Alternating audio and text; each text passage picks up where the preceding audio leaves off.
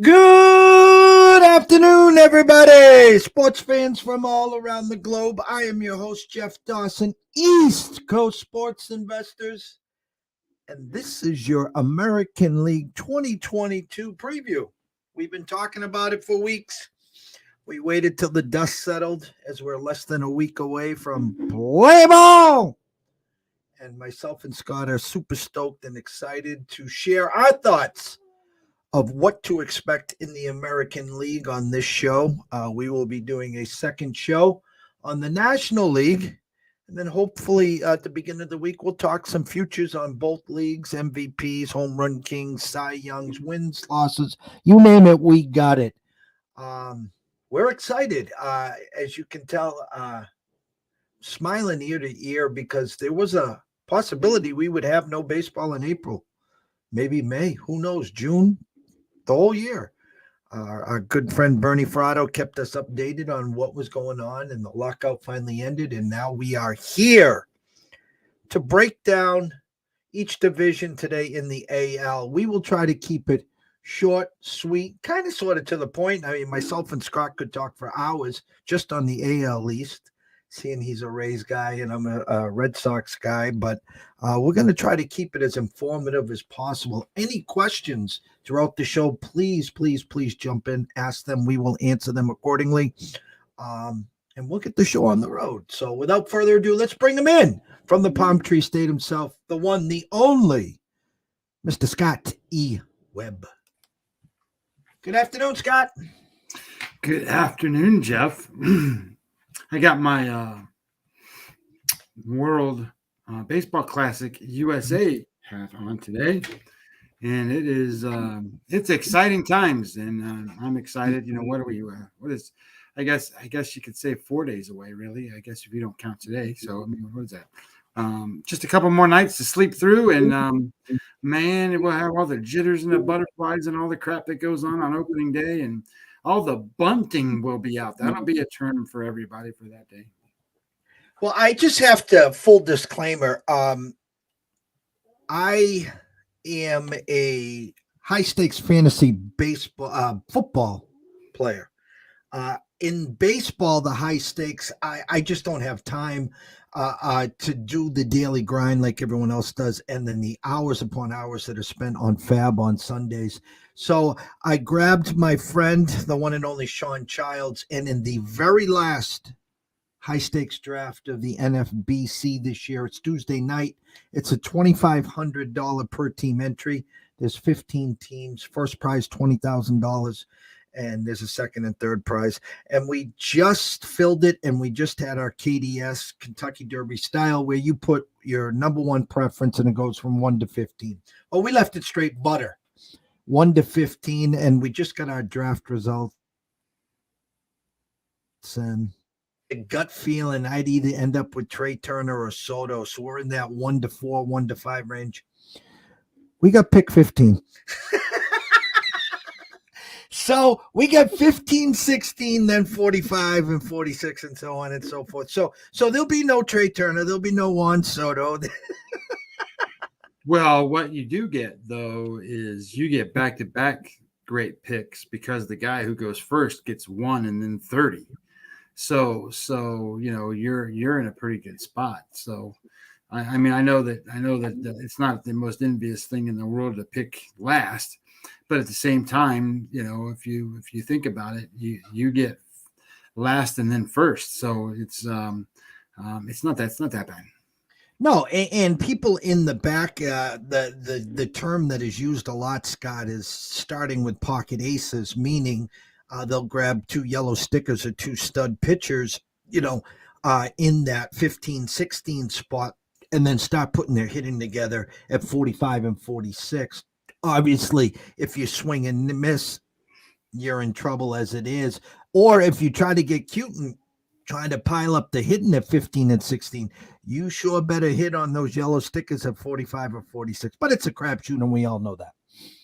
Well, just don't draft DeGrom, okay? Or Chris Sale, right? Yeah.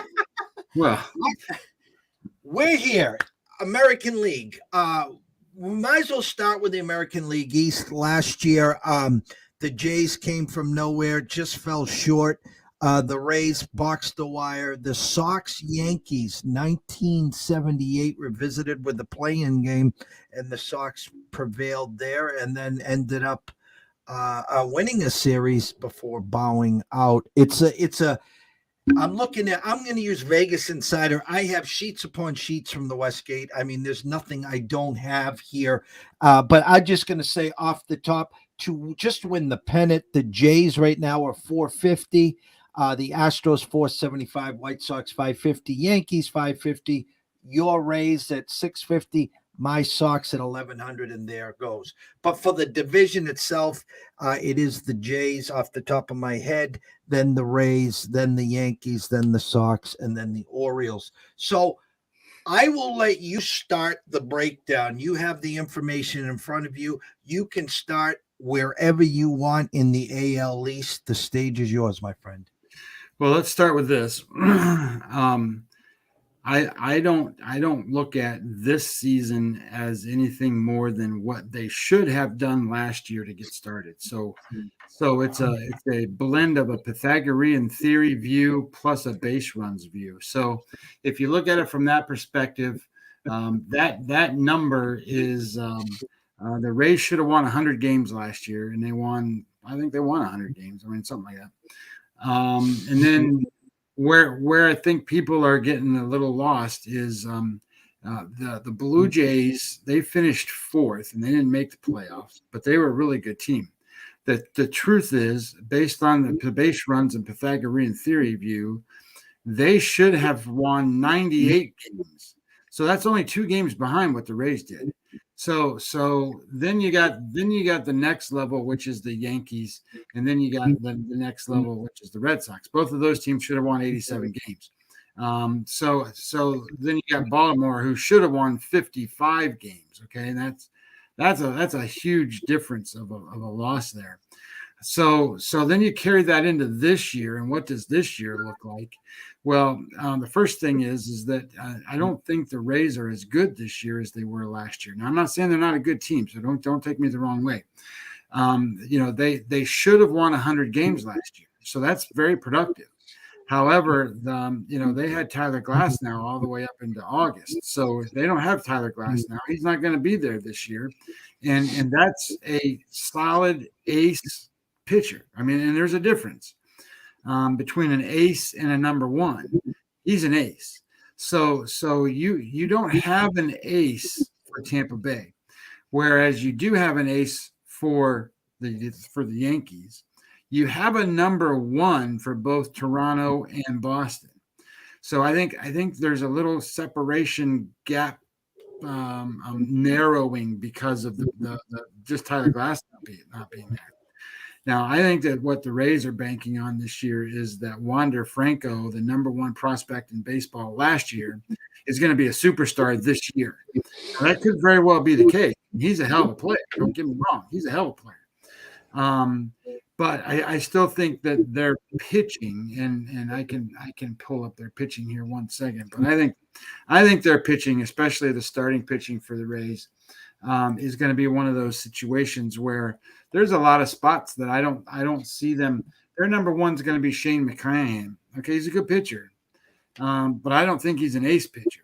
So maybe he's a number two on a lot of teams. Like if he pitched for the Yankees, he'd be a number two. I don't know that he would start ahead of Barrios. I don't know, that he's going to start ahead of Gosman for Toronto. So when you start to look at who do the Rays have, their second and third guys are going to be guys that probably aren't going to be the number one starters on other teams than they are for the Rays. Now, they do a lot of different things, matchups and all that stuff. So you can't count them out. So I'm not going to count them out. But I am going to put it this way. I think Toronto should have won 98 games last year. And I know that they lost Robbie Ray. But I think that they get Kevin Gosman. Robbie Ray was a one-off last year in his career. That's the first time he's ever pitched the way he pitched last year. And he's pitched a while. So it's not like he's not been around. So, the second time through this year would have been a little rougher on him. So they get Barrios, who's a good pitcher. He's a number one pitcher. He's not an ace. but he's a number one. So now you got really two number ones that are going to pitch for Toronto. So I like that. And then they got a potential. They really do have a potential ace. Alek Manoah is a potential ace type pitcher. That guy is that guy is going to be really good. So those of you who don't know who Alek Manoah is, you'll find out this season. He was really good last year, and he's really good. He's a really young kid too. I mean, he's not very old, and I think you're going to find that him pitching out of, I think he's going to pitch out of the third spot, maybe the fourth spot in the rotation. Well, it depends on what they do with Ryu. So, and again, there you go. They got Ryu, who's going to be in the lineup, and they bring in Yusei Kikuchi. So I like this team to at least win what they did last year and surpass that. The issue with the American League East that's a little different than what it is in the National League East is you got one team that's so far behind everybody else. The Orioles are just too far behind. So I see it this way, Jeff. I see Toronto as the best team. I can tell you that the Yankees and the Rays, as far as I'm concerned, it could go either way. I mean, I'm not going to sit here and tell you that the Rays are better than the Yankees or that the Yankees are better than the Rays because, my numbers tell me that they're going to be real close. But I think the Rays take a step back. And I think Boston it's a hard team for me because statistically they shouldn't be where they end up. And I think that's a token to Joey Cora and how he manages that team because he gets camaraderie and teamwork that a lot of teams don't get. And then you got Baltimore. So I think you got Toronto that wins the division. I think the Yankees and the Rays, and I think both of those teams win enough to be in the wild card. And then I think you got Boston and Baltimore. I think you kind of explained very well exactly my thoughts. I mean, listen, as you know, we're not chalk players here. We try to fade the public, contrarian, whatever you want to say here, but sometimes the proof's in the pudding. And I'm gonna, like a lot of the experts in our lanes, just gonna follow. The Jays are the team to beat this year in the East. There's absolutely zero doubt about it. I talked at length about, I think, the length now of their front five. They lose Robbie Ray, bring in Gosman. Okay, they have Ryu, as you talked about. They have Manoah, who we have to win the major league and wins at a huge, huge price. Kikuchi is their number 5 with the length, and Berrios. So they got 5. They got a decent back end, and their offense. Yes, they lost Simeon, but wow, their offense is very, very long and strong. The Rays are just that thorn. They just bring up arms after more arms. So they're going to beat you by pitching. Offensively, they are getting better. What is Franco going to do? They have Randy out there as well. They're going to be hanging around. And the Yankees are the Yankees. They got, in my eyes, they got coal in a cloud of dust. Don't know what Severino's going to do this year. They have some young arms. I kind of like Montgomery. I think he can get you to length. Is Chapman going to finally, Father Time going to catch up with him?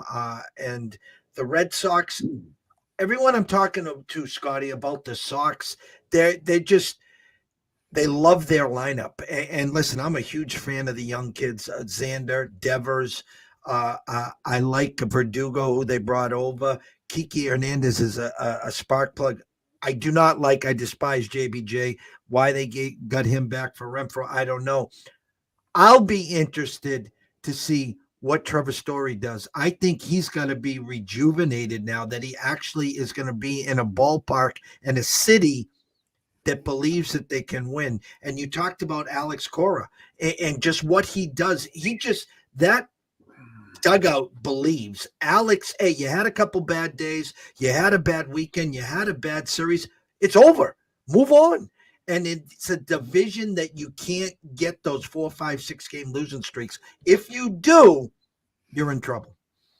Well, I like the it's hard as a data guy like I am, a numbers guy. So those who don't know, I'm a saber mathematician guy that does all writes programs, does all this number work. Anyway, that being said, there's a couple things you can't quantify when you're starting to do numbers and projections and all that stuff. And one of them is the mix of how the team plays together, or the teamwork part of it. And whatever Joey Cora does, he gets them to exceed expectation. So he's good at that. Whatever it is, he's good at that. And the other thing that messes with this division is the Rays, because on paper, those guys that play for the Rays, and I just so I got like this little spreadsheet that I did a long time ago, and it tells you who the best players are in each division, right? So I got them broken down. So like in the American League East, the absolute best player is Vladimir Guerrero Jr. He's the best player. And then it's listed, and these are by projection numbers based off of Steamer projected and Zips projections. So you got Vladimir Guerrero Jr., then you got Aaron Judge second. So so those two guys are the cream of the crop. But you got Bo Bichette and Wander Franco. All of those guys are listed 5-WAR players. Now 5-WAR means a lot, because if you're a 3-WAR player, you're above average and greatly skilled. If you're a 4-WAR player, you're at least an all-star level player. And if you're getting to a point where you're 5, a little bit above 5, you're MVP kind of player. So we're talking about there's 4 guys in this division that are kind of MVP kind of guys. And then Rafael Devers is 4.8. He's right there. Now, a lot of guys forget about the guy that plays second base for the Tampa Bay Rays, and that's Brandon Lowe. Now, Brandon is one of the best players in that league, and he's listed at 4.5, right with Xander Bogaerts, who's listed at 4.4. Story 3.9, and then here's the guy that comes in that is going to help the Blue Jays, and that's Matt Chapman. He comes in, he's 3.9. And then we haven't even talked about guys like George Springer and Joey Gallo and all the other guys that are in this league. There is one Baltimore Oriole who made this top of the list, and that is Cedric Mullins, the center fielder for the Orioles. And it's interesting because here's how I see this division. I see this division as way big on offense and not that much on pitching. And the reason is because the best pitcher is listed as Garrett Cole. And the next best pitcher in the league or in the division is listed as Nathan Eovaldi. And I don't mean that in a disrespectful way to Nathan Eovaldi. I just mean that where's all the pitching at for everybody else? Kevin Gausman is listed at 3.2 and Barrios 3.1. And then Jordan Montgomery comes in. And then you got Ryu and John Means. And then Shane McClanahan. Remember, that's the guy that the Rays are trying to say is they're their ace. Well, he's not an ace. I'm telling you, he's not. And then Alek Manoah, the young kid who's coming up the line, and he made the list already. And this is his second year or your second year and a half, whatever it is. So I think just thinking about who's on this list, you got a lot of Yankees, you got a lot of Blue Jays, and not many Rays. But then you got to look at it from a perspective of how they play. So I really like the idea that this is the Blue Jays division. I think they're going to win this division. I don't think they're going to run away with it by any stretch. I think all these teams, except for the Orioles, are going to have big stretches where they win a lot of games. I think I think the Yankees can lose several here and there, but I don't think they're going to lose big stretches of games. I was going to tell you one last thing before we move on or do whatever. So I got these numbers that are in the division numbers, and I think this matters. So last year in the division, the reason why the Tampa Bay Rays won the division, they were plus 26 games over 500, 26 games over 500 against the American League East. Now, when you go 18 and 1 against the Orioles, you're going to end up with a big number like that. So you want to talk about how did the Rays win the division? They won because they beat the living shit out of the Orioles. That's what happened. And then the next closest team is Toronto at plus 8 games over 500. Boston was plus 6. And this is the interesting one. The Yankees were minus 4. So don't tell me that the Yankees are better than all these other teams, because I don't think they are. I think they have the potential to be better than all these other teams. I just don't think they are better than all these other teams. And then Baltimore, they were minus 36 games, Jeff. We'll stop right there and move on. It's going to be definitely intriguing, and we do know this. Toronto's all in as it is. So come All-Star break, trade deadline, whatever holes that they do have, they're going to make. They're still knocking on the door for the Guardians and for Jose Ramirez, and they're trying to lowball him because Ramirez is saying he wants to stay, and they're offering him an extension that is just mind-boggling for what some of the monies that's being thrown around there. So here comes Toronto. Hey, guys, imagine adding Jose Ramirez to that team. I mean, Well, what the hell are they going to do with Chapman if they do that? He'll have to go play. I don't know where he'll play. they'll find a spot. Holy shit, they're going to have to. Maybe they can make him play second base. I don't know about this Biggio kid. He had to come up with a lot of hype, but he hasn't really been the greatest players yet. Central last year, the White Sox, such a young, fun, exciting team to watch, decimated by injuries. Yet the two guys, Jimenez and Roberts, come back. They make the playoffs. They add Kimbrel to a back end that already had Hendricks, a good front end. Just came to the playoffs and wrong matchup. They get out 0-2 and just couldn't get them the wheels spinning against Houston, and that was it there. This year, they trade Kimbrel this past weekend to the Dodgers for Pollock. Again, just looking at Vegas Insider odds to win the pennant, not the division, because this team's a slam dunk to win the division, but to win the pennant. Right now, the White Sox are the third favorite at plus 550. Now you look into the division, the Tigers at plus 2,000, Minnesota plus 2,500, and then the Guardians plus 5,000. So it's a division where they are expected to just run and hide. I listen, I've talked to you on the air, off the air, in regards to basically, I think Minnesota is kind of sneaky, and the public trendy dog is the Tigers. I like the Tigers. I think their over under was. I'm looking for us here. 78.5. Yeah, and listen, you're going to need more than 78.5 to get into the playoffs. They're young, they're exciting. They have potential rookie of the year there with Turkelson. Eddie Rodriguez comes over there. But thoughts initially, obviously, I know it's White Sox heavy, but is there a chance that a Minnesota or the Tigers could put any heat or pressure on them? Or the Royals, I'm sorry. Well, let's just say it this way. The White Sox are the cream of the crop in this league. Minnesota's got some nice players. They don't have any pitchers. They got Sonny Gray. Okay, that's great. But Sonny Gray, again, maybe he's a number one or a number two. He wasn't even the number one for the Cincinnati Reds. So now he's going to be the number one for the Minnesota Twins. So if you put, let's just answer this question.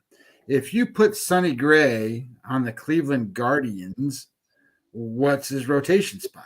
He's not going to go number one because Bieber's number one. I don't know if he would go number two. He might. Quantrill's their number two guy. But they got Savali, and they got the kid Sticks, and they got some arms that are in Cleveland. And Sonny Gray, he's a good pitcher, but he's not like a number one kind of pitcher. I think of him more of on a bad team, he's a number two pitcher, and on a good team, he's probably a number three pitcher. But anyway, he's their best pitcher that they got. So then they got Dylan Bundy, who, if you've been watching anything that I've written so far, I think is in trouble. I don't grade performance on spring training games by outcomes. I look at velocity changes, and he's in that danger zone. And the danger zone is if you can't throw the ball 90 miles an hour, you're going to have balls put in play. And when balls are put in play, that's when you get roughed up. And that's where he's at. He went from, I think it was 92, 93 miles an hour. He's down to he can't hit 90. So that's a problem. And he's going to be their number 2 pitcher. So that's even a bigger problem. So he's not going to match up well to some of these teams. But in Minnesota's case, they got Byron Buxton, man, and that kid can play. And they got Correa on that team. So they got at least a couple of guys that are really good, and I'll go over the list here in a second. But to answer your question, there's nobody who's going to beat the White Sox. There is not. The White Sox got too much offense, and they got too much pitching, and they got a great bullpen. So it's not going to happen that way. Now, I will say this. I think there's some interesting things in this league in a sense that I think Minnesota is not as bad as people think they are. And I think that Cleveland is not nearly as bad as people think they are. And I think Detroit is next year's team, not this year's team. And I wouldn't, and I'm just going to say it. I'm not going to be surprised if the Kansas City Royals have more wins than the Detroit Tigers. I'm just going to say it just point blank, just like that.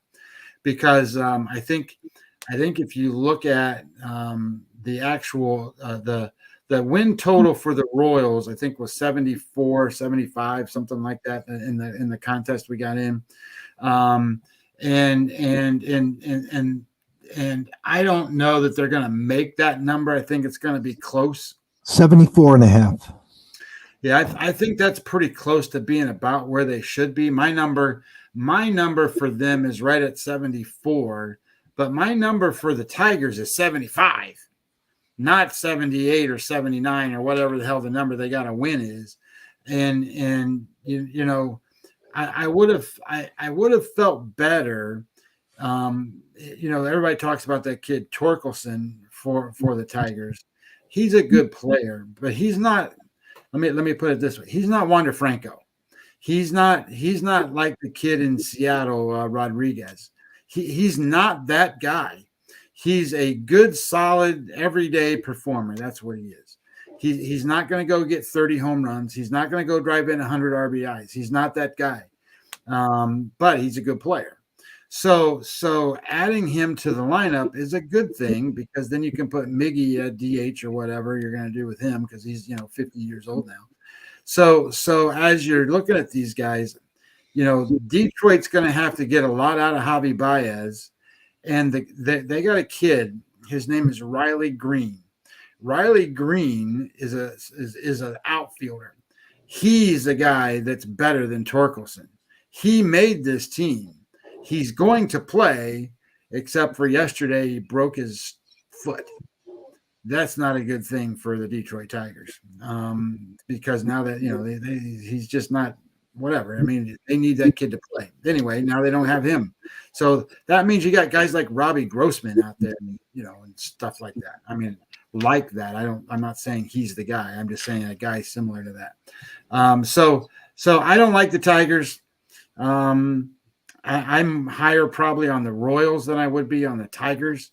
I like the consistency of what they have. Not that they added anybody any good or that they're doing. They have a kid that is phenomenal that's going to play. Bobby Witt Jr. If you haven't seen Bobby Witt Jr., if you don't know who Bobby Witt Jr. is, if the Royals are on, he's a reason to watch him. I mean, if you're not a Sal Perez fan or whatever, you gotta watch Bobby Witt Jr. because that kid is phenomenal. He's a home run hitter. He's a big kid. I think he's going to play third base for them. And holy crap, that kid. I think he's going to bat second in the lineup right out of the gate. He's just something else. That kid. I think he is rated as the number 1 or number 2. It bounces back and forth between him and the kid in Seattle. So those two guys are the number 1 or number 2 prospects in baseball for this season, whereas Wander Franco was no doubt last year. So I don't think I guess the way I would put this together is I like the White Sox to win. I like Minnesota to be second, but right at that 500, maybe just below 500 kind of number. And then I like Cleveland and then I like Kansas City and Detroit to bring it up, however they bring it up. I would say there's a good chance that the White Sox win this division by 10 games. I will tell you the other problem that bothers me about wanting to like Detroit, I probably would like them a little better if it wasn't for this. In this division, and remember who played in it last year and what they were like last year, the Detroit Tigers were minus 16 games in their own division. So the Kansas City Royals were -4, Jeff. So when you think about who these teams are beating, they can't beat their own teams. So they're going to play those teams 76 times, 19 times. So when you're minus 16 games under 500, before you can start talking about getting to be in second place and third place and making the playoff, you better have a winning record against the teams in your own damn division. The last year they were the Indians, this year the Guardians. They were plus 10 games, and for all we talk about the White Sox, they were only plus 12. So this is a fairly competitive division, but nobody's as good as the White Sox.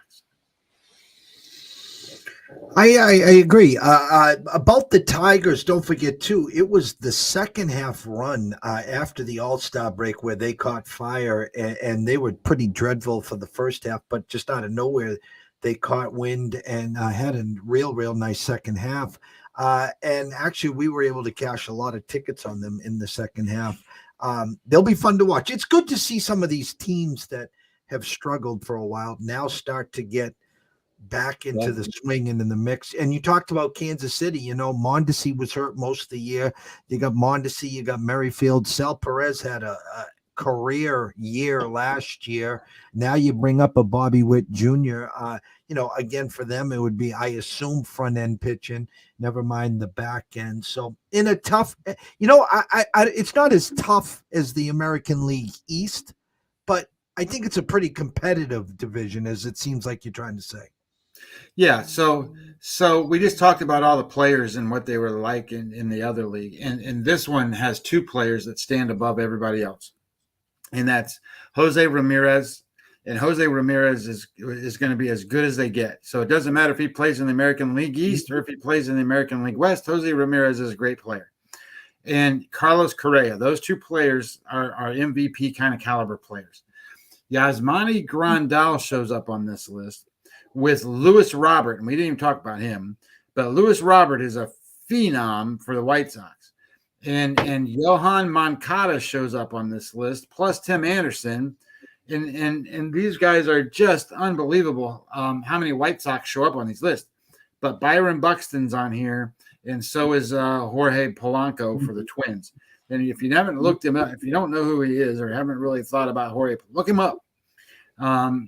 He hit, I think it was 30 home runs last year, and nobody even knows who in the hell he is. Most people don't know who Jorge Polanco is, and I'm going to pull it up because he plays second base. So he hit 33 home runs last year, Jeff. 97 runs scored, 98 RBIs. He batted .269. He had a 3.9 WAR, which is great. And he's not a big strikeout guy, so he puts the ball in play. Great player. American League West. Houston Astros, $475 to win the pennant, $25 below the Blue Jays. The Angels, plus 1,400. The Mariners, plus 1,400. The Rangers, plus 4,000. And now the A's plus 5,000 because of their fire sale. On paper, obviously, Houston, the team to beat. They get Verlander back. Correa now with the Tigers. I'm expecting a jump from the Angels. They add Syndergaard. They have Shohei pitching and DHing and playing the outfield. Expecting a big bounce back from Rendon. If Trout, it's a big if, can stay healthy, I think they got a real top-heavy front of the lineup. Now, it's always been pitching, and more pitching. They have someone that can close the door with Iglesias back there. It's now the bridge and obviously the starting pitching. The Mariners are the hot, sexy team everyone's on. They add Robbie Ray. They lose Kukuch. They have some good young players. They brought up Kellenick last year, who struggled, who was really struggling still again in spring training. And then you got the cellar dwellers, where Texas added a few pieces. Again, I think especially July and August during the heat wave, you'll see a lot of 11-10, 9-8, 10-9 games out there. And then, of course, Oakland, who's just, I'll use the word, it's a disgrace to baseball what they did. And if I was a fan for theirs, I'd boycott them. You can't do that to the fans. They don't care. It is what it is. But the stage is yours. All right. So Houston won the division last year going away. Well, not going away. I mean, they had to battle. The truth is Seattle finished second last year, and Seattle won 90 games. So everybody goes crazy about Seattle for this year, and I get it. And we'll talk about that in just a second. But the Houston Astros are legit. They should have won 100 games. They'd won more than 100 games. They did what they were supposed to. So they're a legit team. Then the team that came in second won 90 games. But Jeff, based on their productivity, based on the offense and the defense and the pitching and the productivity that they output, Pythagorean theory says they should have won 76 games, and base run says they should have won 74 games. So when I do it, I average them out to 75. They should have won 75 games. That means they should have been 7 games under 500, and yet they were trying to make the playoffs and beat the damn Houston Astros. So this is a team starting from the point where they've won 75 games based on their productivity, not by what they did, because you can't always get lucky every season. It doesn't happen that way. And I'm not saying that they're the most lucky team in the world, but when you get to a point where you gain 15 games that you shouldn't have won based on productivity, it's you got to rethink and reevaluate, right? So you got to change things around. So anyway, I'm not as high on the Seattle Mariners as everybody else is going to be. Everybody thinks they're the sexy team and they're the great, and I get it. They got kids, and you can just go start rattling off names of people, and you can go blah, blah, blah, blah, blah, and it'd be just like, oh my God, this is great. And then you got to go, oh shit, but they ain't never won nothing. Matter of fact, they ain't ever done shit. So then they got to go beat the team that's been there, that's done that, that's got all those guys that have played in all those big games and pitched in all these big games. So Houston, right? They lose Correa. Now that's a big blow. That's not something that you can just overcome because of the way he played last year. Last year he was kind of almost MVP kind of Correa. So this season they're going to have a kid. His name is Pena. What's his first name? Jeremy Pena. Jeremy Pena is he is their number 1 prospect in the organization. He's the number 30 prospect in all of baseball who's going to play shortstop. So they're not going to have an issue at shortstop. Trust me. He's going to play. He's going to play pretty well. He's going to be, an average hitter at the beginning, but he's going to play well. And they're not going to be, falling apart because Correa is not there. When you think about it, what I think that this team should do, they have Michael Brantley. I was combining people. Michael Brantley, right? Michael Brantley's a great player, but he's not I don't think a number 2 hole hitter, and that's where they have him. So I like the idea that now Correa is not going to be up in the lineup and all of that stuff. They got Altuve, right? Let Altuve lead off the game, and then put Tucker, bat him second. And then you can put your Bregmans and your Gurriels and your Alvarez and all the guys that can go down the line and just smash the baseball. And then you got a run-producing lineup, whether you hit a home run or you get guys on base and you move guys around, whatever you're doing. You've got a way to move the lineup around, and they bat right, left, right, left, right, left, right, left, right down the line. So I like their lineup. I don't like their pitching that well, but at the same time that I don't like their pitching that well, there's nobody else in the division that has pitching, Jeff. Um, so they don't have to have the greatest of pitching. They have Verlander. Now, if Verlander comes back and he's throwing 95 like he is right now in spring training games, and he's healthy and he can pitch, great. He's going to be great. And Lance McCullers is going to be fine. Now, he's not going to get started. He's like 2 weeks behind. But Lance McCullers was their ace last year, and now they almost have two type ace guys. So that matchup really works for them. And then you can start mixing in your Framber Valdez guys and what your Quiddies and who's the other guy? Luis Garcia's, those guys. Those guys aren't bad pitchers, and they're going to match up pretty good to anybody else that they face. So I like Houston as the best team. Now, I like the Angels as the second best team. And the reason that I like the Angels is just like what you mentioned there a little bit. They got an opportunity to get some bounce back. And I think that what people don't realize is when Rendon didn't play last year, you forget how good he is. He's really good. He's one of the best players in baseball good. So, you're going to end up with Rendon and Trout and Ohtani all on the same team. And I will tell you this, there's some promising signs in spring training. I don't like to look at it from a results perspective, but I almost can't not look at it from this perspective. Joe Adell, who has been a big-time prospect for the last 3 or 4 years for the Angels and just can't hit. Well, guess what he's doing? He is raking. And he started the reason I like it is because it didn't start in spring training. It actually started last September. He started hitting last September.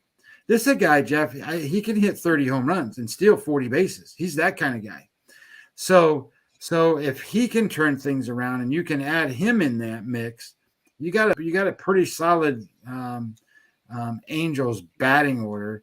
And then when you start to think about their pitching staff, look, Ohtani's the ace. He's a great pitcher. And this is another big if for this team, if you can get Syndergaard, who they got, if you can get Syndergaard to make it through a season and pitch well like Syndergaard does, he's going to be an awesome number 2 because the Oakland A's don't have any pitching. The Texas Rangers don't have any pitching. And those two guys will be as good or as better than any of the other pitchers in the league. They'll match up to Houston, and they'll be ahead of Seattle. So I like the Angels in that spot. I don't think that I can't like Seattle next because Texas still has a ways to go, even though they spend a lot of money. They got a ways to go yet. They don't have any pitchers. And Oakland just gave away the farm. So when it comes to kind of how I see it, I will tell you, I think it's Houston, the Angels, the Mariners, the Rangers, and then Oakland. And I think that the Angels are the last wild card team in. So the way I see the division, I've got Toronto winning the East, the White Sox winning the Central. I've got Houston winning the West. I got Yankees and Rays as wild cards with the Angels, and then I've got the White Sox winning the pennant. And the reason that I chose the White Sox is just like what you said before. They made it last year, and they got kind of beat up on, and they made it the year before. So this will be the third time. But these guys will now have that experience level that you need, and those pitchers will have the experience level that they need. And I think if you matched up their lineup to any of the other lineups, they're deeper. And if you look at their pitchers, I think the White Sox pitchers are going to be the key. When you got a Michael Kopech going 5th and for the White Sox, you're in great shape. You got a guy that's going to come out and throw 100 miles an hour, and he's the fifth guy on the mound. And then you got guys like Giolito and Lynn and Dylan Cease. I'm telling you, Dylan Cease is a great option for people if you want a sleeper pick for a Cy Young, or if you want a sleeper pick for the wins number, because he's not going to go in the number 1 hole. He's going to go out of the number 3 hole, and out of the number 3 hole, he's never going to be in a mismatch. He'll be the favorite. So if you think about it that way, then look, this White Sox team, I think, is better than all the other teams. I agree. I'll just piggyback off a couple notes there. Pick your brain. The White Sox trading Kimbrel, who gets the bridge, and does Pollock go right in there and play? Yeah, I'm the only concern that I have with the White Sox making that move is I think that they did it because there's a problem in the bullpen. It's I think well known that Kimbrel did not want to be the 8th guy. He didn't want to be that guy. So what are you going to do? You're going to put the best closer in baseball there now? Liam Hendricks is the best closer in baseball. He has to be the closer. So the bridge guy is, and it might go back and forth. What people don't realize, they don't remember who they picked up because it happened in November. They got Kendall Graveman. Now Kendall Graveman will be the guy that gets them to Liam Hendricks with Aaron Bummer. Those will be the guys that get them there. So they're not hurting for guys to get them there at all. Now, is he Kimbrel? Well, shit, Kimbrel couldn't do it anyway. So you get him out of the way, and now here's the I'm not concerned about the bullpen. You know what I'm concerned about is Andrew Vaughn. Andrew Vaughn is due for a big breakout. Like, they thought he was going to be really good last year, and he should have been, but he wasn't. So do you give him a chance this year? They look at it and said, hell no, I ain't going to give him a chance. I'm going to go bring in AJ Pollock. So now you got Andrew Vaughn, who's going to be a platoon player, and he needs to play. And that kid's a 30 home run kid, and a big batting average kid. And he can play first base, but he's not going to play first base until what's his name goes away, Jose Abreu. I mean, that's just the way it is. So he doesn't have a spot anymore because he was going to play outfield or he's going to play whatever. And he doesn't have room. So, they got guys that can play everywhere. So you're talking about in center field, Lewis Robert, who's one of the best players in all of baseball. And then in left field, you got the other kid that's as good as he is. He's not as good a defender, but Eloy Jimenez, he's going to hit 30, 40 home runs. They got the best hitting catcher in the league in all of baseball in Yasmani Grandal. And now you put AJ Pollock out there, and he's just nothing but solid. So, you know what? You know where their bigger problem is? You know who they play at second base for them? They got rid of what's his name? The kid they drafted out of Oregon State who went to now he's with the Cubs. So Josh Harrison's going to play second base for the White Sox. Didn't they have Moncada there for a while last year? Well, Moncada's playing third base. Okay.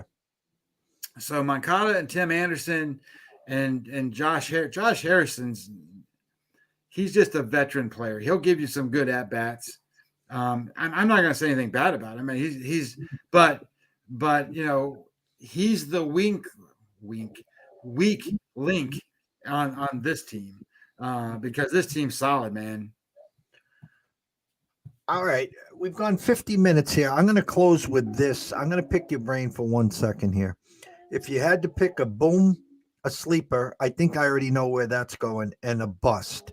So let's just say, we've already gone over who you think's going to win the division, who's going to be in the playoffs, who you like to win the pennant as of today, April 3rd. Who would your sleeper team to be? And if you had to pick one team that's highly touted to expect to do well and compete, who would the bust be? Well, I think if you're talking about a bust type team, it depends on what you're looking at. Like Baseball Prospectus, right? So one of the most famous PECOTA rankings that you've heard all about. They put them on ESPN and put them everywhere. You know what they have the Yankees winning? 99 games. 99. They have them being in almost 100 win team. And I'm like, you are so full of shit. It ain't even funny. So if you want to, I don't really want to, I don't want to exploit them because I don't think that's the right thing to do. But I think the Yankees could be a team that falls on their face. Now, I do like what they did. I like the idea that they got rid of Gary Sanchez, they got rid of Urshela, they got rid of whatever that redheaded kid's name was, Frazier. They got rid of these guys, and all the Yankee world's all pissed off that they got rid of them. They don't understand that Kiner Falefa is going to be a much better player than any of them guys were. So then they bring in Donaldson. Well, that's a great move for them, even though he's older. He's a veteran guy that can handle New York. So, I just don't know if they got pitching that's going to hold up, even though they got a lot of guys. Severino is going to have to be there. If you only got one guy that's going to pitch, and Montgomery's pretty good. But I think that the Yankees are a team that can be in trouble if they don't have things go well for them. But I will also say this. I don't remember when the Yankees have had things go right for them in, say, the last 3 or 4 years. They've had a lot of injuries with Judge and with Giancarlo Stanton and with Severino and this problem, that problem, and shit. You remember they were putting out minor league guys and winning games. So, your Michael Fords and those guys.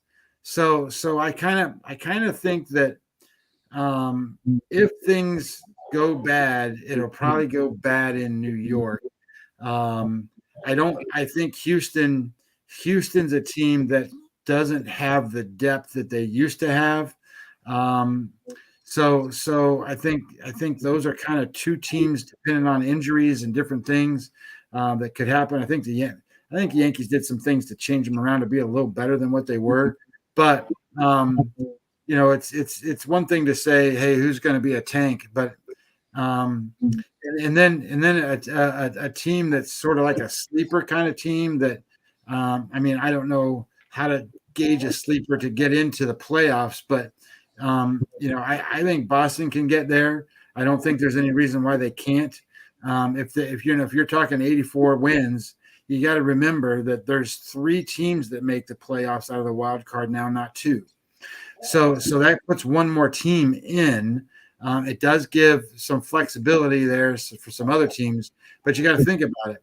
Cleveland, Detroit, Kansas City, Oakland, Texas, Baltimore, they're not going to be there. So you're talking about Toronto, New York, Boston, Tampa Bay, the White Sox, Houston, the Angels, and Seattle. Those are the teams you're talking about making it. And you got 6 of them. And what do we just rattle off? 8 teams. So 2 of those teams aren't going to make it because the other ones aren't going to jump up there. So I think that's a little different in the National League than it is in the American League. But I think that it's just interesting. Now I think my personal preference is I think the Cleveland Guardians win close to 80 games. I think they go over their win total. I think that's a surprise to a lot of people. I think that the Detroit Tigers don't win the 79 games they got to win to go over their number. So I think that's probably a surprise to teams, to people. And I also think the number of they got to get to 85. I don't think Seattle gets to 85. And you know what? We didn't spend any time on Seattle. Maybe I should talk about them for just a second because they got some good things going for them. But the thing that bothers me about this team is that they should have only won 75 games last year. So to get to 85, they got to be 10 games better. And did they do enough to get 10 games better? Well, first of all, they bring in the Cy Young winner, so that can't be a bad thing. Robbie Ray's going to be their number 1 starter. But Robbie Ray has never pitched the way he pitched last season. Last year, he threw 193 innings. The only other time he's thrown close to that, he threw 174 innings in 2019 when he was an Arizona Diamondback. So Last year, he had an earned run average of 2.84. 2.84 in the American League. That's pretty damn good. But the year before, it was 6.62. The year before that, 4.34. He's also, what is he? He's 30. How old is he this year?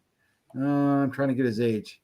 He'll be 30 years old this year. So he's got a few more years to go before he starts to really be on the backside. But I don't trust Robbie Ray to be that guy that has all of a sudden been, okay, I'm rejuvenated, I'm Cy Young candidate every single year. Remember, he's the guy that all the walks couldn't get anybody, couldn't stay in games more than 5 innings because he walked everybody. His walk rate in 2020, 7.84 batters per 9 innings. That's a shit ton. I mean, you and I can get up there, Jeff, and we can walk around bases and score runs. That's how bad it is. So then you got Robbie Ray going number one, and then number two you got Marco Gonzalez, who can't break a pane of glass throwing it up there.